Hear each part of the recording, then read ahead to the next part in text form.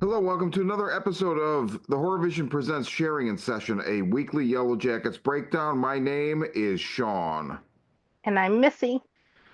and I just woke up, so I might be slightly, I guess you can't really say retarded anymore, so whatever the kids use for that word, that's what I might be. So, we're going to talk about, Season 3, Episode 8, A Normal yes, Boring Life.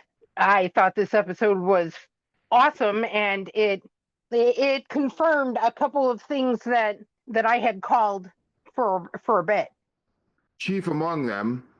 Chief among them, we finally got Hilary Swank, who is indeed fucking Melissa. And I really like the fact that they let us know that the moment she appeared because she was wearing a hat backwards. Yep, yep. She and also I don't remember if we talked about this during one of these episodes or just when you and I were talking, but I remember you asking me if I thought she was dead because they had said in the last episode Yeah, that they mentioned that Jen and Melissa were both that Jen dead. and Melissa were both dead. And and I had said no, I didn't think so, and that it's possible that she came back but died here, not in the past timeline. Hmm. And I mean, she's not dead. She faked her own death, but that's pretty much how she did it. So we now know that Melissa survives in the 96 timeline, so I'm sure Yep. we'll get a lot more of her. And made it back, and the others think she's dead because they think she killed herself here. But Yes. really, it turns out that she is still alive. She just killed herself, or made them think that she did, and became a new person. Kelly Kelly, right? Who is married to Alex, the daughter of of Hannah, Hannah. which is why Melissa had the tape, I which I also called. I felt like there were so many little acknowledgments in this episode that, oh man, it really reaffirms my faith in the show and the way that they've written Mm-hmm. it and that it's written and not week to week. And Well, and they played I it real good too with the whole like red herring thing we were talking about. Is Melissa dead? And the red herring with Hannah's daughter and all this, and they just put it all together in a nice little package that actually makes sense. So instead of, there's that Advent post loss, and I heard a lot of complaints about this on.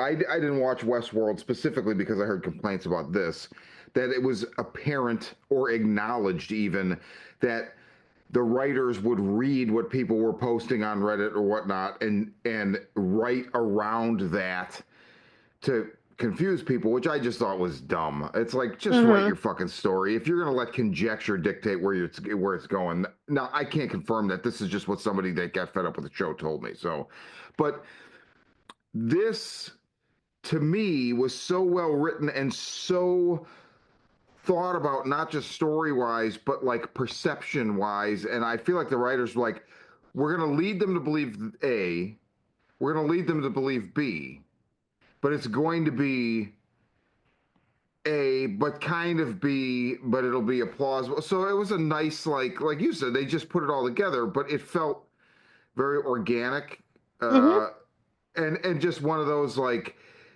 I don't know, maybe something about having it come out of Shauna's mouth where she's like, "So you married the daughter of the woman we killed?" Like it just felt like, of course she did, of course, because this is Yellow Jackets and Right. Muscaic, New Jersey. But also, I felt like the writing, there was a little bit of a, I felt like they tugged on a line from 2 seasons ago where you remember the whole thing in the first season where Shauna reads, her and Jeff go to Jackie's parents for the annual brunch, Oh and yeah, the birthday brunch from hell. She's in Jackie's old room and she's reading her diary and there's a list of movies she likes and this opened up this big internet conjecture because one of the movies, I forget which one, actually technically came out after they would have gotten stranded. I think it was The English Patient. Then there was this theory that like, oh shit, well, just because Jackie's dead doesn't mean she died in the wilderness. Maybe she made it back, right? So I like that they were able to give us that, but two Oh, seasons right. later with a totally different character. Yeah, I mean, especially with these last few episodes, I stand by. I think they have it. They know where they're going, and it's written. It's not. Yeah, This is not going to end up like Lost.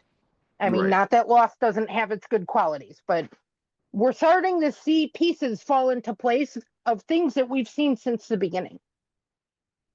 Yes. And so to that end, let me ask you, we open with a dream sequence where Shauna is like a checkout girl in a supermarket and Jackie is talking to her like as if she's the customer checking out and Shauna is actually scanning packages of instead of like ground beef it's like hands and body pieces, right?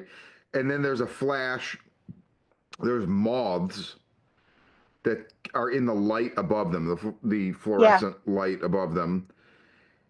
And then she wakes up and Mm-hmm. she's in the van. She has fallen asleep in Virginia outside Alex's house where we left her last time.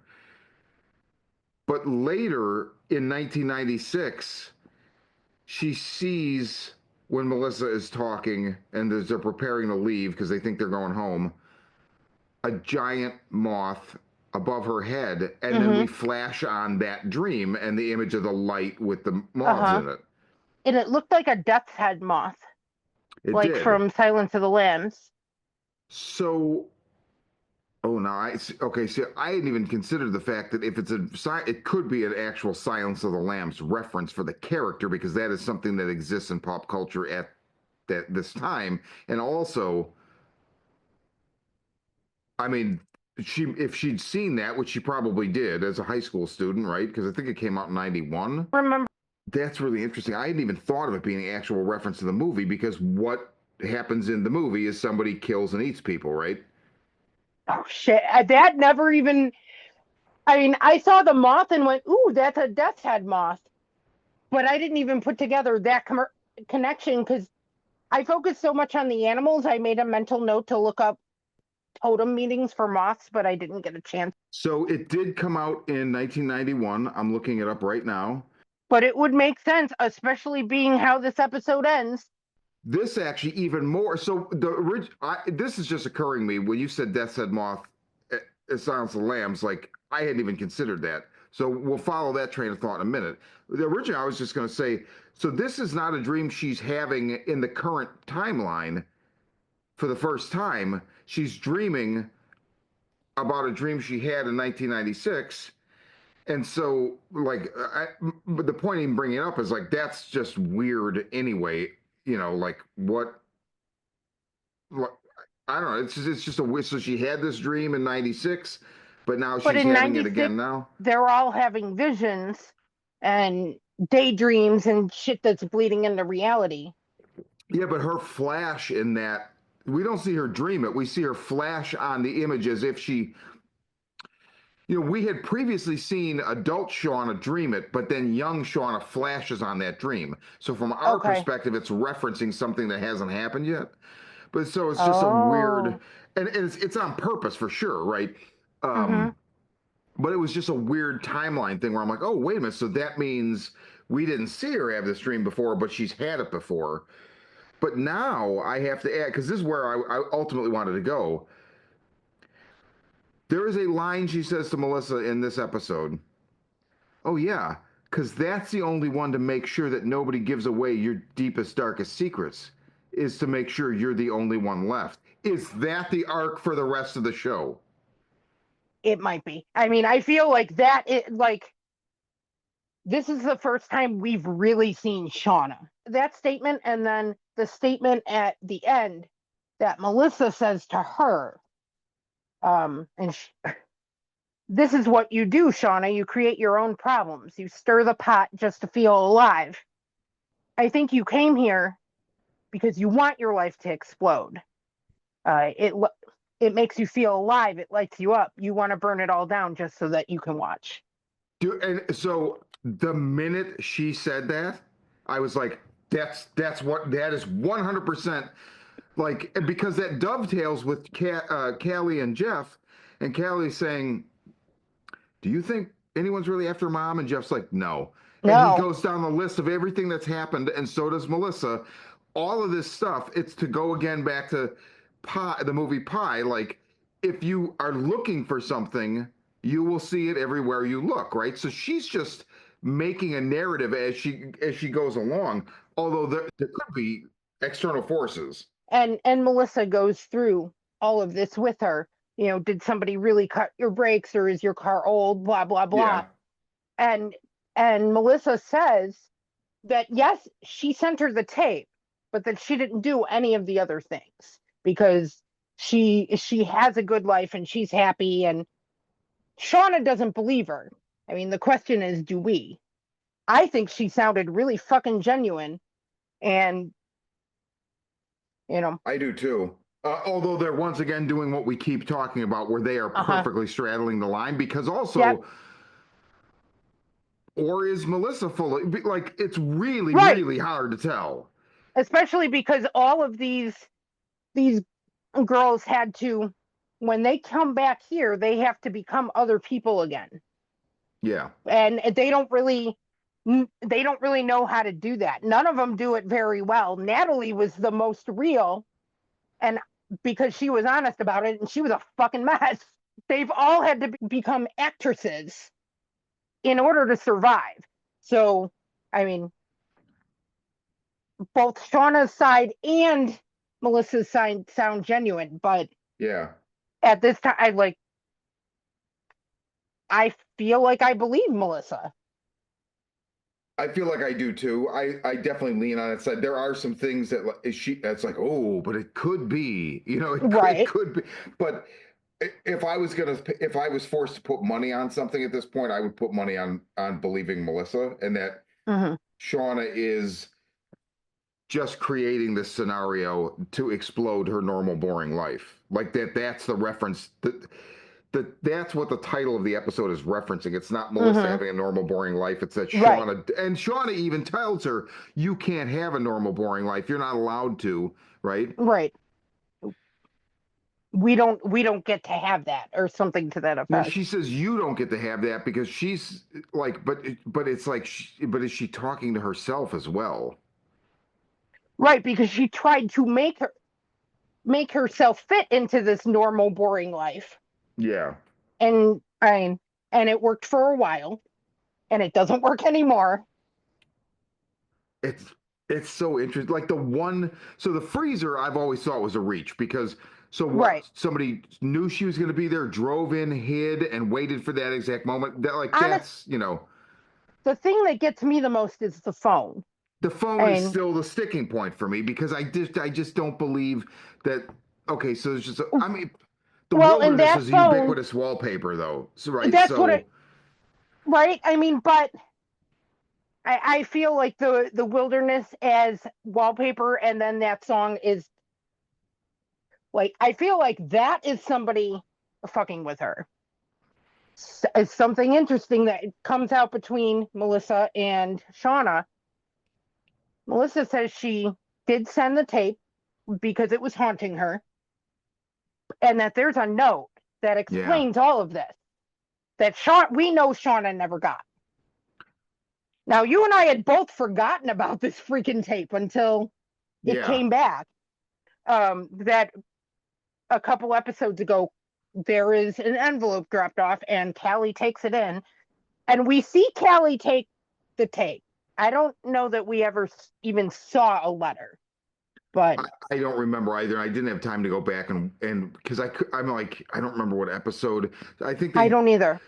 they dropped the tape is there that I think in the first episode of this season because it's like around the time of the funeral. Yeah, Melissa said she dropped it off after the funeral, and the funeral is the first episode. So maybe it's the end of the very first episode of season 3, or it could be in the second one. But Could be in the second one, but also was there a scene since then that we're not remembering? Just a rant of Callie opening the envelope and looking at the tape. I feel like there might have been. I I don't remember even know. I remember seeing Callie put the tape in her drawer, Yes, that's right. like in her desk drawer, but I don't recall seeing a letter because I feel like I would have noticed it and been like, "Wait, I want to know what the letter says," and it didn't stick. But who Yeah, knows? same. Yeah, But Melissa seemed genuinely surprised at some of the questions Shauna was asking because she's like, "I put all this in the letter." yeah. But Like, again, could right. she just be? Because could it just be her offsetting the argument in the moment to try and gain the upper hand, right, and destabilize? And which she does, right? She eventually does do that and tries to make a move, right, and fails. And man, the Silence of the Lambs reference, I feel like that has to be a Silence of the Lambs reference. It has to be. Anybody in any teenager in 1996 would have seen Silence of the Lambs, especially ones that were like, maybe if you were like a straight laced Bible camp teenager. No, these, these characters would have any at that point in time. Any cannibalism is going to like evoke a pop Hmm. culture reference to Silence of the Lambs because it was a pop culture phenomenon. Well, and the way they show you the moth too, like Yeah, we saw that moth in that position for so much shit for Silence of the Lambs. yeah, Like they show it to us from that angle where you can see this, yes. you know. So That's it's how got you to be recognize it. intentional, right? Yeah, that it's got to be intentional. Like, and it's not a common moth. We don't have that here, so So it it it I has don't to know be. if it feels like not only it has to be, but that shores up this my conjecture that that could be the through line, like the arc for the rest of the show is Shauna realizing. Like it seems like again, I'm going to use the words big bad, but I don't think the show is simple enough to just have a big bad. No, But there will be you have to have antagonists and protagonists, and the show is complicated enough to not need just this one's definitely in this column A protagonist, and this one's an right. antagonist. But I mean, I was even like, dude, did they hire Hillary Swank and they're gonna kill her in an episode? Like that thought crossed my mind, right? Because there was a moment where I'm like, oh, wow, she might be dead. It would seem like a I don't waste, know. but I don't think so. I feel I like don't think those so. two, like, there, there's gonna be shit with them both in '96 and now. Um, Yeah, they know each other too well, too well. too well. I was impressed when we first see Shauna break into the house. She's hiding in the pantry or the closet or whatever, and Melissa sends her wife and kid off to school, and like right away she gets out a knife, she's ready to fight, and she calls her out. There's something to the effect of, "You don't know whose house you just walked into," and Shauna comes out and says, "Oh yes, I do." Well, and what But does that like, even mean, too, if you think about it? Because she's on edge enough or professional enough to like know somebody's in her house. You know what I mean? Like she didn't miss a beat. The Alex and the daughter come and go happy, mhm. whatever. And the first thing so it's like the minute she walks in the kitchen, But if you survive what they survived, and then I mean, they had to become yeah, tough and instincts. Yeah, instincts and hunting and that kind of stuff. And then, I mean, if we believe Melissa's story, she let everybody think she was dead, and it, because she wanted to disappear, and then kept this tape for insurance just in case they looked for her.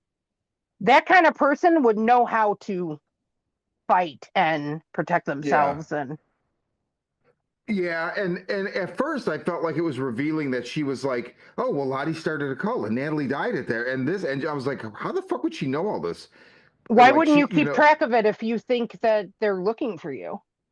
well, but it seemed like but it seemed crazy specific because I'm like, she wasn't at any of these events, but like Kirsten Right. pointed out, yeah, but this would have been on the news. That too. Yeah. But to what? To what Well, and these degree? are people with, but they were in the news before. So the news would always, oh, Lottie, Charlotte, blah blah blah, died, and they'd bring up this is was a survivor from the plane crash in '96, that soccer team that came back, blah blah blah. It seems weird that we wouldn't be aware of that And conversation in the media going on in the background, but you're not but we wrong. don't see media. I mean, and then she was a public figure. She ran a cult. Well, but somebody that runs a cult isn't necessarily like. So if you're David Koresh, yes, because your cult has Okay. escalated to the point where you make yourself known. That like I don't know that I get the impression that they stay out of the news as much as possible. So I don't know that they like I'm not even sure that the news story on somebody died in an upstate compound, blah blah blah blah blah. Like, would they have even tied it back into the I don't it's But very, again, I very feel interesting. like if she's paranoid enough to try to disappear, she keeps Yeah, tabs on them. Why? I mean, she's paranoid enough to try to disappear and seems to have been able to rebuild her life, and yeah, like, and the internet is a thing. Like, if you know what you're looking for, you yeah. can keep. So I don't feel like that was a stretch, especially if you reinvented yourself because you and kept insurance because you think these people are going to come looking for you.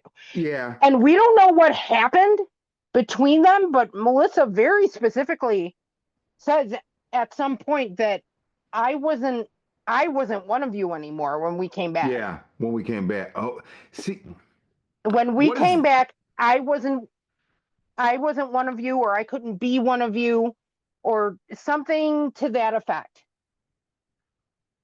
what So, does that I mean, mean? right. So what happened?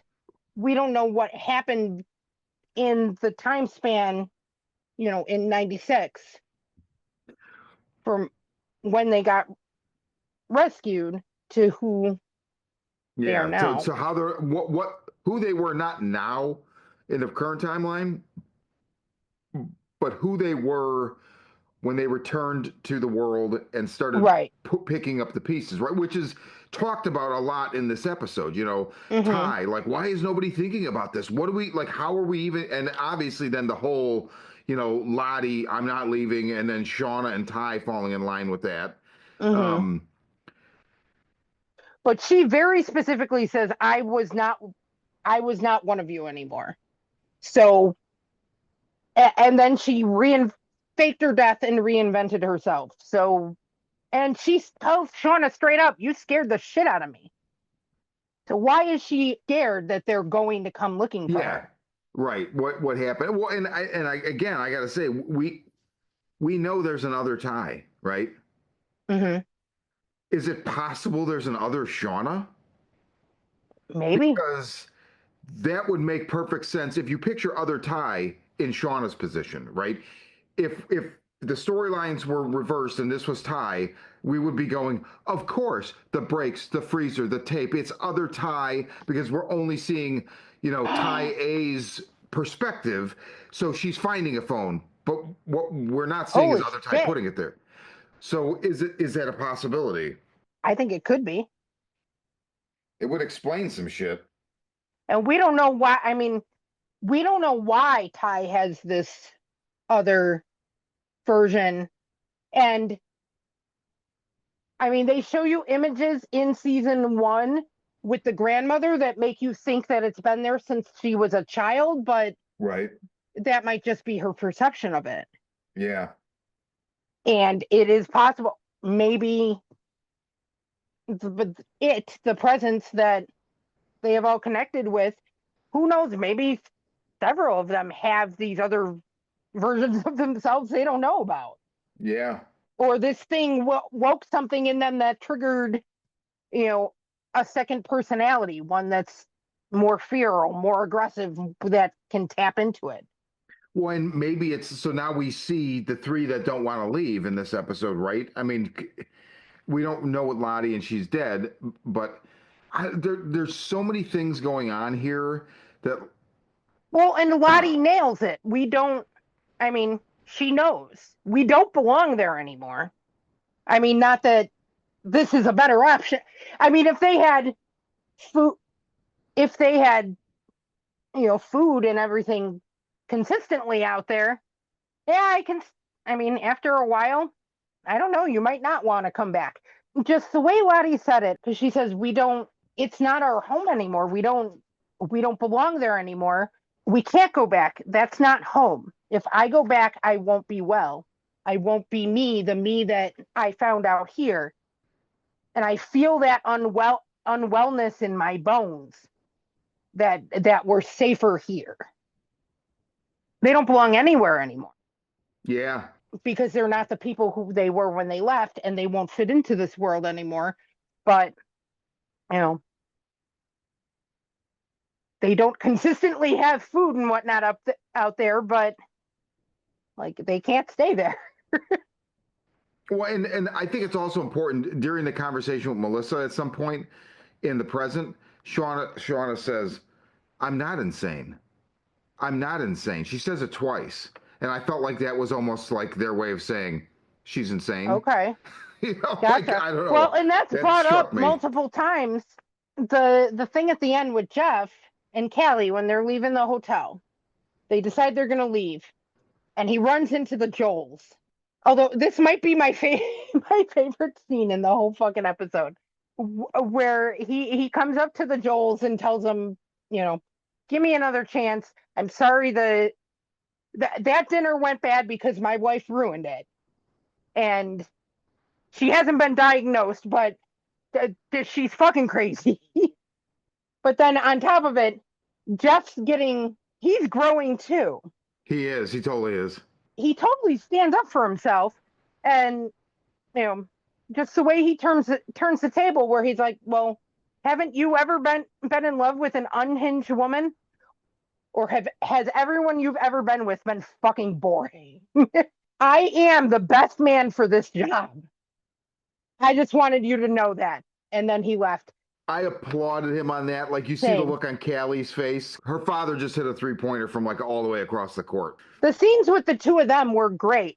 Both when he's having his breakdown and she tries to call her mom because I think you broke dad, and Yeah. then the two of them talk and say, you know what, neither one of us think that anything is happening here. Your mother is creating this. Let's go home. Yeah. But yeah, when he flags him down that last time, you're thinking, oh, come on, just stop. These guys are douchebags. And then when he said that, and the fact that he says, you know what, I am the best man for the job. I just want you to know that. I mean, if you Yeah. pick FurnitureFam.net, I guess that's your prerogative. But props to Jeff. Yeah. I love Jeff. Agreed. He's one of my favorite characters on the show, and um, I don't remember the actor's name. Something Cole, Warren Cole. I don't know him from anything else, but Jeff continues to be one of my favorite. He's always the highlight.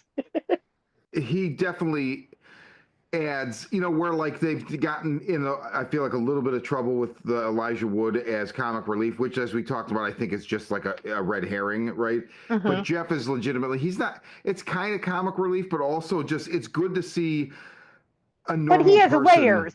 He's He just, has layers. yeah. It's good to see a normal person like go through small triumphs and tragedies, Mm-hmm. And he's very relatable. very relatable for that. It is Warren Cole, yes. And yeah, Warren he's Cole. fantastic. He is very fantastic. I mean, there are some great things that the entire episode is great, but that scene just made me fucking happy.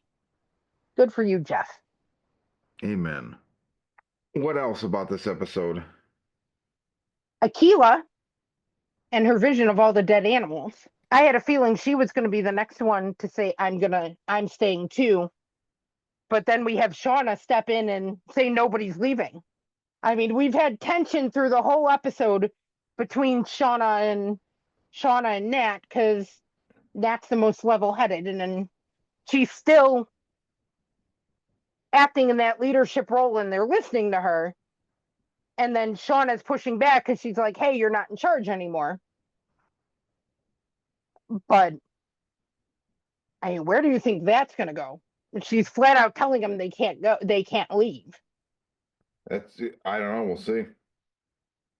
Well, I mean, there is a look on teen Shauna's face in near the beginning where she's staring at Nat, like Nat's like, this is rescue, Shauna. Like it's not a matter of like who's in charge. It's like Who's in hello. charge?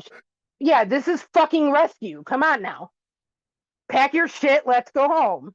Shauna has a look on her face that is just like she wants to fucking kill her. Um, which, by the way, I just like to point out, it occurred to me watching this episode the second time last night. Yellowjackets lost Juliette Lewis and is probably better than ever. That's no small feat. Yeah. Like I stopped to reflect on it for a minute. I was like, God damn, like I haven't even missed her. Not that I don't miss her, but they haven't Mm-hmm. given me any time to even consider that she's Yeah. not, that's good. Well said. Yeah. Because I was crestfallen when she died. Oh yeah. Yeah. I was like, dude, how do you come back from that? And you're right. This season has been outstanding. I mean, I haven't really noticed it. Not that you know what I mean. Yeah. But we're I, definitely getting a lot of division. So who knows? I may just get my factions at some point. yeah, you might. You very well might. They're not shaped the same way I thought they would be, but we've just seen the beginning of the clash, I think. I feel like we can't forget to mention that Ty is straight up ready to kill somebody. Is going to murder a man in the heart war as a sacrifice to. Here's the other thing about that though. So when she balks on smothering the guy, I'm like, that's not other Ty holding the pillow. But yeah, then she sees herself Yeah, so I'm screaming, like, "Let me in! I need to be with her." And other Ty's the like, other I'm the one one that says, can save her. You never believed, right? "And But you like, and you won't do what needs to be done. You never it's believed." it's just weird because my interpretation, as I believe yours was, because you pointed out that she's been driving, episodes Mm-hmm. ago. I was under the impression we were just seeing other Ty all the time, but that's not other Ty. So I don't know if it was the trauma of about to kill somebody that like brought Ty Maybe. A back up, But I was just like, wait, that's not other Ty. That's other Ty would not have any problem shanking anybody, let alone like Right. smothering a terminal cancer patient right in front of her. Right. Yeah, that is interesting. So when we see her screaming, "I need to be with her," was that before or after she tried to smother the old man? I don't It remember. was after. Okay. So maybe she bled through a little bit and then other Ty pushed her back out. Yeah. Although other Ty locks her out of the room with Van, where it's like you'd almost think she would. I don't know. I know it's all Yeah, I don't know. metaphor, but it's gooey because I'm like, well, wouldn't she be locking her in someplace so that she could take control and kill somebody? Because she still doesn't. I love the fact that the first thing, as soon as that guy flatlines, right, like Ty's like, she screams, she's like, I Does can't do that it or count? whatever. Does that count? The way she said it was so like, oh, does that count? Like, and I would think it would not count. I would think that this thing would not be happy that she's going and like smothering a terminal cancer patient, but who knows? I don't know. Who knows? So I'm not even sure where we're gonna go with Van and other Ty. Because so here's the thing with this right now, and we talked about this earlier, and you agreed. So this is, I guess, is kind of a prediction we both have that Lauren Ambrose will not be on this show after this season, as much as it pains me to fucking say that because I really, really like her and I just love Van. Agreed. But I mean, we didn't want to lose Nat either. But Yes. it makes sense I mean, I don't want Fan to die, but I think she's going to have to. And then she was one of the things that was helping like she's helped Ty get control of herself before, Yep. then without Van to help harness it, other Ty's going to take over and she's going to go off the rails. Yes. So it's like for that reason it makes sense for the character's arc, but also they've done a really good job, like we keep talking about straddling this, like, is it supernatural, is it not? At this point, if she comes back from this, They're confirming that it is a supernatural thing. exactly. So it just makes sense. So that's the prediction is like, I, man, I hate to say that because I fucking love Van. Van. You know what I loved? They got Hannah, right? Oh, this. Did Mulder get with Scully? Yeah, I love that too. Well, and this makes me go back to thinking what you've been saying you think it's an egregore and that they created it. Follow my train of thought. All right, Melissa calls it out that Lottie started a cult and then you guys joined it. And now you're making sacrifices again to whatever. And then if we follow what we were thinking earlier about Shauna creating her own problems. Right. And so Shauna, Ty, are they feeding into and because they're feeding into it, it's getting bigger.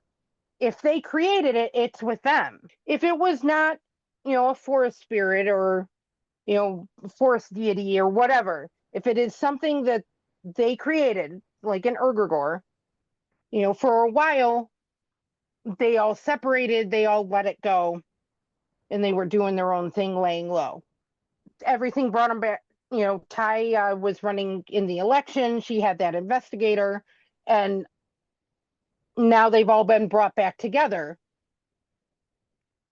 And if they're feeding it, that's why it's amping up. And does that make sense? I am not saying this well. It totally makes sense. And in fact, so follow this timeline. They have their normal boring life for however long, and I'm going to posit Shauna is bubbling, right?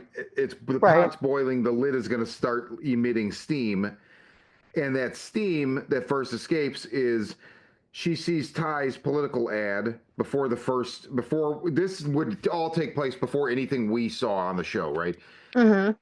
So Ty becomes present in her life again as this, like, oh, this is happening, Mm-hmm. and so she sends the postcards, Shauna, that triggers Oh. everything. And once it's triggered, it brings back the egregore or whatever it is. If she triggered this and it starts again, then it also starts building steam and other things start happening and everybody gets drawn back together, right? But Mm-hmm. ultimately, it could be Shauna that started this. And also, I will say, all of this shines totally new light on Adam from season one, right? Because Mm-hmm. it makes it more plausible Adam was just a normal guy because the whole point of him being there. Because my thing is like, well, I don't understand why was he here then if he was nobody. It's the point is she is a fucking killer. Right. And she Like wanted to blow that's the and she point. wanted to feel alive and blow up her life. And also that so the other Shauna idea, I don't want to lay too much into that because like I feel like this show is good on like when I invest in stuff, it like proves me Mm-hmm. totally wrong. I'm like, oh, but before she kills him, we get that flash of images, which was why I originally said like I think it might be like a post hypnotic trigger or whatever. But that could have been the first and only manifestation of other Shauna we're seeing. Right, because we kept seeing it flash back to 96 Shauna, teen Yeah. Shauna holding the knife. Like she's still that person. Well, and shit, actually, now I'm trying to remember. Now you say it like that. Has there been, we occasionally get scenes where they mix. It's the current timeline, but you see the younger version, right? Hmm. Because they're trying to We've seen it illustrate a couple something visual. times with different characters. Have we seen that with Shauna? Yeah, when she kills Adam. What if her other physically manifests instead of as like the man with no eyes or like the dirt mouth? Like we get two distinct versions of Ty now. Hmm. Um, what if other Shauna has been visually represented when By we've seen it 96 Shauna, by Teen 96 Shauna. Shauna? Because she's obviously the stronger, like she's strong. Mm-hmm. She's a very strong character that has Mm-hmm. been subjugated by current Shauna and may not be. Oh man, I didn't walk into this episode recording today thinking about another Shauna, but it would explain a few No, things. right. Because she does genuinely seem baffled. Like when Melissa's calling her out on her shit about like, is your car just old? Shauna, it doesn't look to me like she's trying to figure out a way to lie. It looks to me like she's like, no, like she's literally baffled by this. So it would explain Yeah, if other Shauna's dropping stuff and then this Shauna's picking it up and not knowing where it's coming from, right? It would explain. she might not know. Ty, we knew about it because she was sleepwalking, but Shauna might not have something like that alerts her. She just slips into it. Ty's feels like a manifestation or a possession or something. I mean, Shauna could have like a who knows? She could have developed like a split personality, Yeah. this stronger self that takes over and is very pragmatic and can do whatever needs to be done. I mean, that's how split personalities happen to, Yeah. people who have been traumatized and whatnot, children who were abused. They built these other personalities that could handle the problem. Yeah, exactly. So they didn't have to.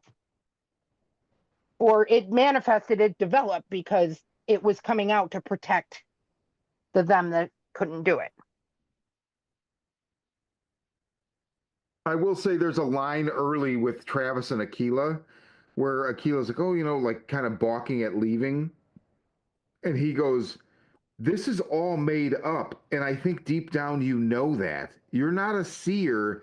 I Right. picked you like I just made it up. Basically, he's saying like to get and we can reference back. He threw her under the bus to get Lottie away from him, right? Because he Yeah. was just like, oh God, stop.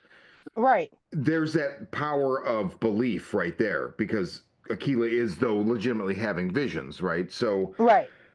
oh, this is it's so interesting. It's like how the will to survive and like this trauma could have created all these different psychological fugues or Right. Because we see the show deal with a lot of different mental health issues.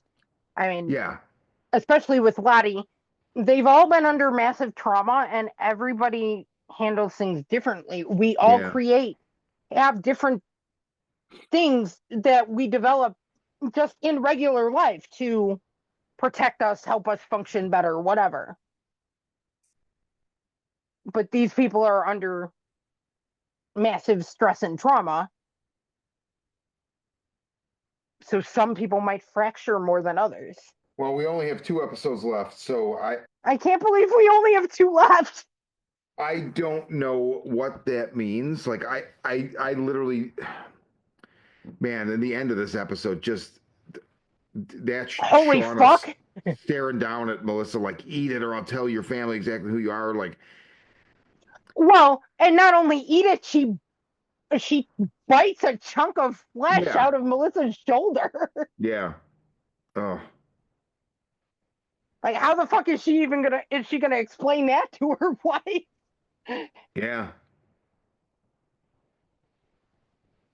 And then, eat your own flesh or I'm going to expose you for who you are. man, 2 left. Fuck. Is there anything that we didn't talk about that you had notes on?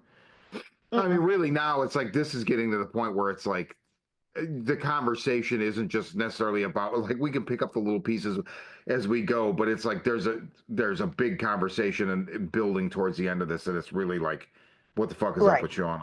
You know?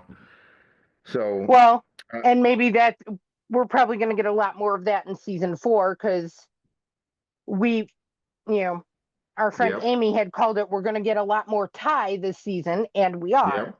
yep, yep, Deep dive Ty. Now we're heading in the direction of putting the spotlight on Shauna. yeah.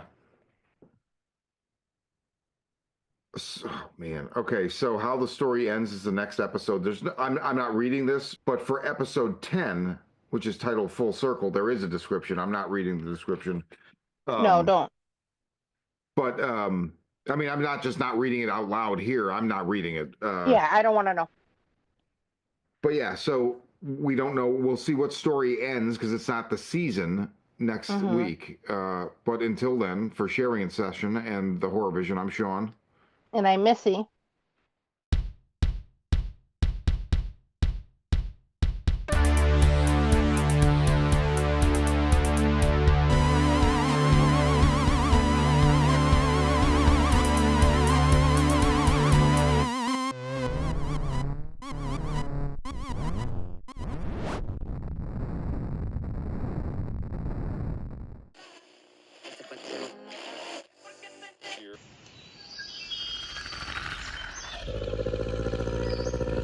Hapless teenagers beset by demons in the woods.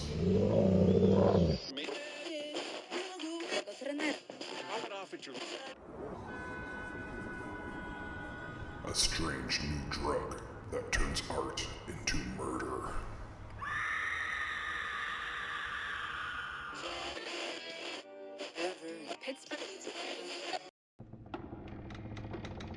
A can't beat a deal on a new house with a horrifying past.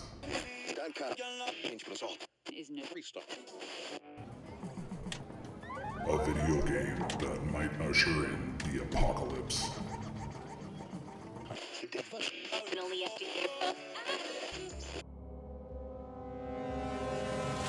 From the demented mind of Sean C. Baker, author of a collection of desires, Shadow Play, and Murder Virus, comes Volume 4, collecting Baker's no sleep work along with several never-before-published short stories. This 99-cent volume also includes the opening chapter of the author's forthcoming teenage giallo novel, Black Gloves and Broken Hearts, due out later this year.